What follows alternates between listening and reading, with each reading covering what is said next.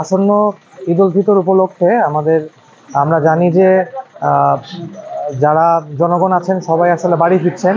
তো বাড়ি ফেরা উপলক্ষে যে রাজপথে যাতে শৃঙ্খলা থাকে সেটারই অংশ হিসেবে আমরা রেগুলার রাজপথ মনিটরিং রাখছি। আমাদের যানবাহনের ফিটনেসগুলো, তারপরে বাইকের যে কাগজপত্রগুলো আছে সেগুলো সঠিক আছে কিনা সেগুলো আমরা যাচাই করছি, এবং যে আইন মোতাবেক বিভিন্ন ধরনের জরিমানা এবং মানুষকে সচেতন করছি। এবং এটা শুধু ঈদ উল ফিতর না, আমরা সবসময় এটার অংশ হিসেবে আমরা রেগুলার আমাদের মোবাইল কোড অব্যাহত থাকে, এবং বিআরটির উদ্যোগে আমরা রেগুলারই এই জিনিসটা আমরা মেনটেন করে থাকি আর কি। উৎসবের খুশি হবে নগদে বেশি, কারণ ঘন্টায় ঘন্টায় আছে গিফট জেতার সুযোগ।